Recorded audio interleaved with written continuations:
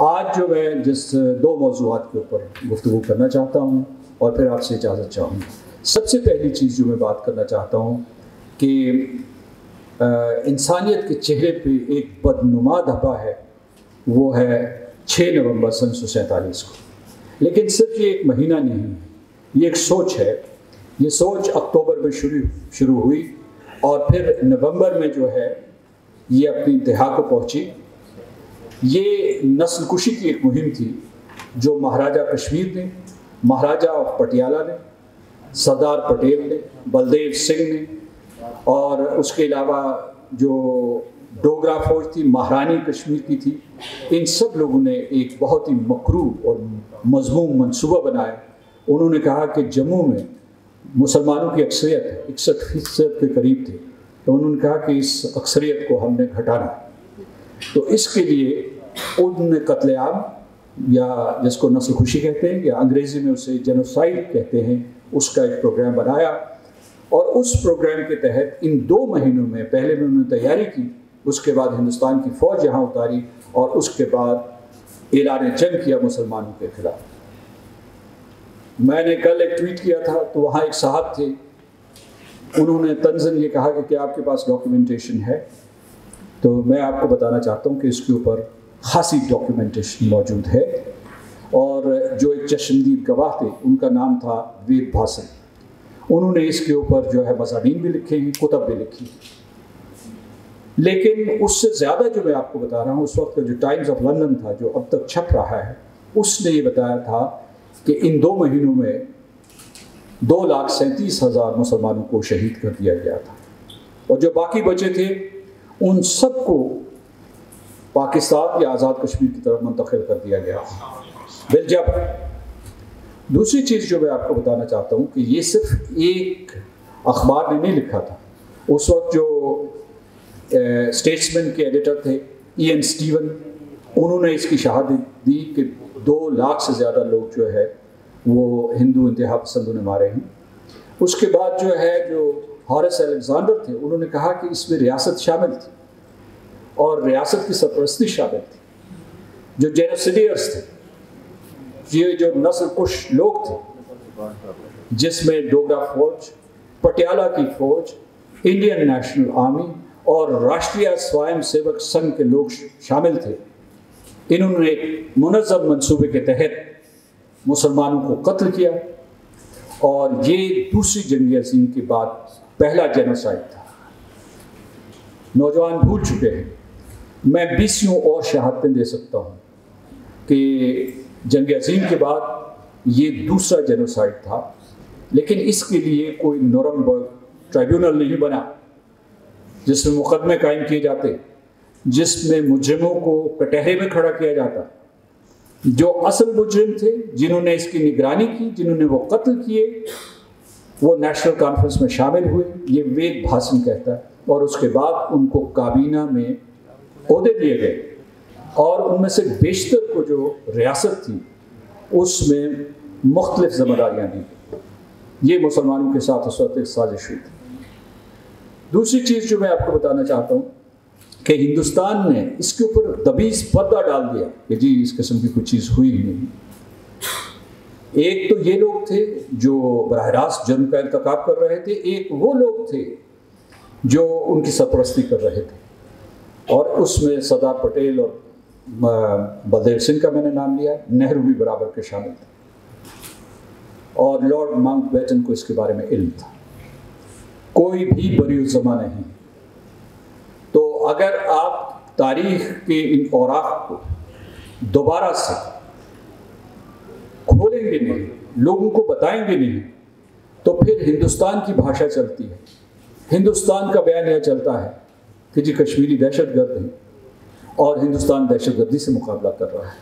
दहशतगर्दी का आगाज़ हिंदुस्तान ने सन 1947 में किया था और वह सिलसिला आज तक जारी है और आज तक हम 5 लाख जानों का नजराना दे चुके हैं, 5 लाख लोग शहीद हो चुके हैं और शहादतों का सिलसिला ये जारी है। कल भी कश्मीरियों ने खून दिया है, आज भी खून दे रहे हैं। और फिर मैं आप लोगों को ये याद दिलाना चाहता हूँ कि जो आज़ाद कश्मीर के लोग थे जिन्होंने एक जंग आज़ादी लड़ी थी, उस जंग आज़ादी के ज़रिए उन्होंने इस खत्ते को आज़ाद करवाया था और बाद में गिलगित बल्तिस्तान के लोगों ने आज़ाद करवाया था। मैंने कहा है कि आलम अरवा से उन शहीदों को दोबारा ज़िंदा करके लाओ या अपनी यादों में उनको ज़िंदा करके लाओ और पूछो कि उन्होंने ये कुर्बानियाँ क्यों दी थी। पूछो कि जम्मू के लोग क्यों कत्ल हुए थे। पूछो कि वादी कश्मीर के लोग आज तक क्यों शहादतें दे रहे हैं, और आपको इस सवाल का जवाब मिल जाएगा। ये मैं इसलिए कह रहा हूँ कि मैं जब कश्मीर के बारे में नगमे सुनता हूँ या उसके अलावा जो लोगों की तकरीरें सुनता हूँ तो उसमें मायूसी है, शिकवा है, शिकायत है, हिंदुस्तान के जुल्म का, उसकी ताकत का, उसके इस्तबदाद का जिक्र हो रहा है। तो मैं आप लोगों को ये पैगाम देना चाहता हूँ कि हिंदुस्तान के जराइम की ये तवील फहरिस्त, एक ज़ख़ीम हजम रखने वाली दस्तावेज़ात जो है वो आपके पास मौजूद हैं। उठें। और मैं ये कह रहा हूँ कि मायूसी का, गिरियाजारी का, शिकवा शिकायत का, बेबसी का ये लहजा तब्दील कीजिए, ये जहन तब्दील कीजिए और जहन में ये कहिए कि सियासी मैदान हो, सफारती मैदान हो या अस्करी मैदान हो, हम मारेंगे और हम इन लोगों को जवाबदेह ठहराएंगे। अगर आप अपने अजहान को इस तरीके से तब्दील नहीं करेंगे और जाके आप अक़वाम मुत्तहिदा की सलामती काउंसिल के ऊपर दस्तक देते रहेंगे, और वो लोग जिन्होंने नाइंसाफ़ी को तख्लीक किया कश्मीर में, उनसे इंसाफ मांगते रहेंगे और आप हुकूक इंसानी की काउंसिल में जाके दुहाई डालते रहेंगे, तो वो लोग आपकी बात नहीं सुनेंगे। दुनिया सिर्फ ताकत की ज़बान समझती है, या वो ताकत जो है वो अस्करी ताकत हो या माशी ताकत हो। ये जान लीजिए कि अगर आप कमज़ोर हैं, नातवा हैं, बेबस हैं, तो दुनिया आपकी बात नहीं सुनेगी। 73 साल गुजर गए हैं, नौजवान पूछते हैं कि आपने क्या किया, कश्मीर आज़ाद क्यों नहीं हुआ। हम उन्हें रुदात सुनाते हैं कि हमने गुज़श्ता बरस कितनी कोशिश की, हम कहाँ कहाँ पहुँचे और क्या क्या हमने हरबे नहीं आजमाए, क्या क्या तदबीरें नहीं की। तो वो पूछते हैं कि फिर इंसाफ क्यों नहीं मिल रहा। तो उन्हें बताना पड़ता है कि हमें अपनी हिकमत अमली के ऊपर नज़रसानी करनी पड़ेगी, और अगर हम नई हिकमत अमली नहीं अपनाएंगे तो और 73 साल गुजर जाएंगे। इन तिफल तसल्लियों के साथ हम आज़ादी कश्मीर का ख्वाब पूरा नहीं कर सकते। तो नौजवान नस्ल के लोग भी यहाँ बैठे हैं, ख़वातीन भी यहाँ बैठी हैं। अगरचे मैं ये समझता था कि उज़्मा गुल साहब की वजह से ख़वातीन की तादाद ज़्यादा होगी, लेकिन आज मेन आउट नंबर वुमेन, और कहीं कहीं जो है खाल खाल नज़र आ रहे हैं। तो I think women power is increasing in Pakistan and Azad Kashmir. It's very reassuring that they are taking keen interest in politics and of course the campaign for the right to self-determination for the people of Jammu and Kashmir. तो मेरे दो ही messages थे कि आज आप 5 नवंबर को जब ये इत्तबा कर रहे हैं तो ज़ेर बहस लाइए, क्योंकि ये जम्मू के शहदा का किस्सा, क्योंकि हिंदुस्तान ने वो किताब बंद करके रख दी है और आपको इल्ज़ाम देता है कि आप दहशतगर्द हैं, और कश्मीरियों को इल्ज़ाम देता है कि आप दहशतगर्द हैं। और दूसरा ये है, मैंने ये कहा है कि उठें और अपनी सफ़ों में इत्तेहाद पैदा करें। जो उम्मत मुस्लिमा का जो है उससे शिकवे की बजाय उसमें कोई ऐसी तरकीब इख्तियार करें, ऐसी हिकमत अमली इख्तियार करें कि आप उनको एक प्लेटफॉर्म पे इकट्ठा कर सकें और एक ऐसी अवामी, बैनुल-अक़वामी अवामी तहरीक का आगाज़ करें जिसकी वजह से लोग हमारे साथ चलने के लिए तैयार हों।